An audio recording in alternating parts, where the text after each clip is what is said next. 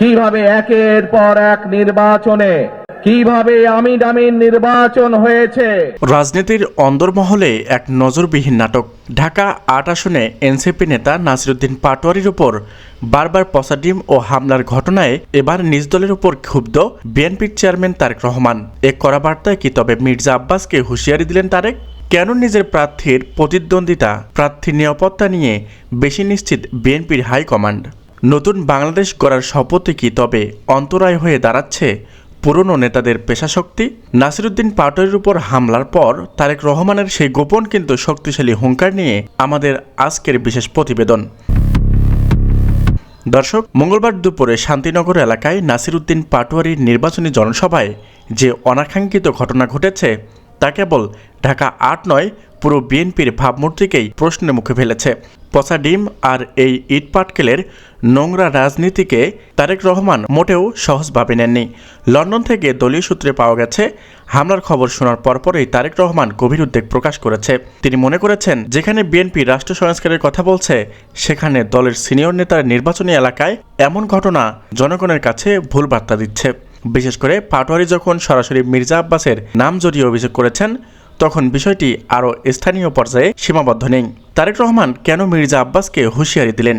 বিশ্লেষকরা বলছেন, তারেক রহমান এখন একটি ক্লিন ইমেজ ও স্মার্ট বিএনপি করতে চায়। নাসিরউদ্দিন পাটোয়ারি ও হাসনাত আবদুল্লার মতে তরুণ বিপ্লবরা যখন সাধারণ মানুষের চোখে আইকন, তখন তাদের উপর কর্মীদের এমন হামলা তারেক রহমানের ইনক্লুসিভ পলিটিক্সের জন্য বড় বাধা। সূত্রের দাবি, নির্বাচনের মাঠে লড়াই হবে মেধা আর ভোটের, কোনো ধরনের হেনস্থা ও বরদাস্ত করা হবে না। মির্জা আব্বাসকে পরোক্ষভাবে জানিয়ে দেওয়া হয়েছে যে নিজের কর্মীদের নিয়ন্ত্রণ করতে না পারলে এবং নির্বাচনী পরিবেশ বিঘ্ন হলে তার দায়ভার দল নেবে না। তারেক রহমানের এই কঠোর অবস্থান বিএনপিকে আরও প্রবীণ নেতার জন্যই এক বড় সতর্কতা। নাসিরউদ্দিন পাটোয়ারি দমে যাওয়ার পাত্র নন। হামলার পর তিনি হুঙ্কার দিয়ে বলেছেন, ডিম ছুঁড়ে বিপ্লবদের থামানো যায় না। তার এই সাহসিকতার সাধারণ ভোটের মাঝে ব্যাপক প্রভাব ফেলেছে। এমনকি বিএনপির অনেক তরুণ সমর্থকও পাটোয়ারির উপর এই হামলাকে সমর্থন করছে না।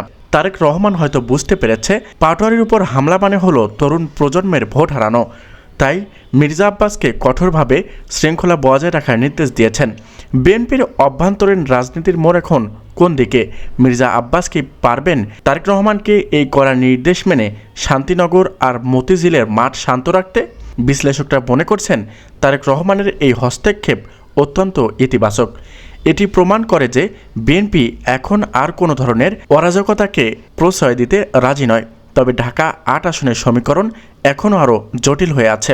পাটোয়ারির প্রতি তারেক রহমানের এই প্রচ্ছন্ন সহানুভূতি কি তবে ভোটের ফলাফলে কোনো প্রভাব ফেলবে, নাকি এটি কেবল রাজনৈতিক অংশের কৌশল?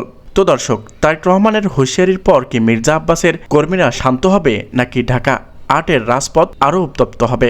নাসিরউদ্দিন পাটোয়ারি কি পাবেন তার কাঙ্ক্ষিত নিরাপদ নির্বাচনী পরিবেশ? আপনি কি মনে করেন তারেক রহমানের এই হুঁশিয়ারি কি বিএনপির জন্য সঠিক সিদ্ধান্ত? আপনার মূল্যবান মতামত আমাদের ভিডিওর কমেন্ট বক্সে জানান। 12 ফেব্রুয়ারি নির্বাচনের প্রতিটি মুহূর্তের আপডেট পেতে আমাদের চ্যানেলটি সাবস্ক্রাইব করে আমাদের সাথেই থাকুন। ধন্যবাদ।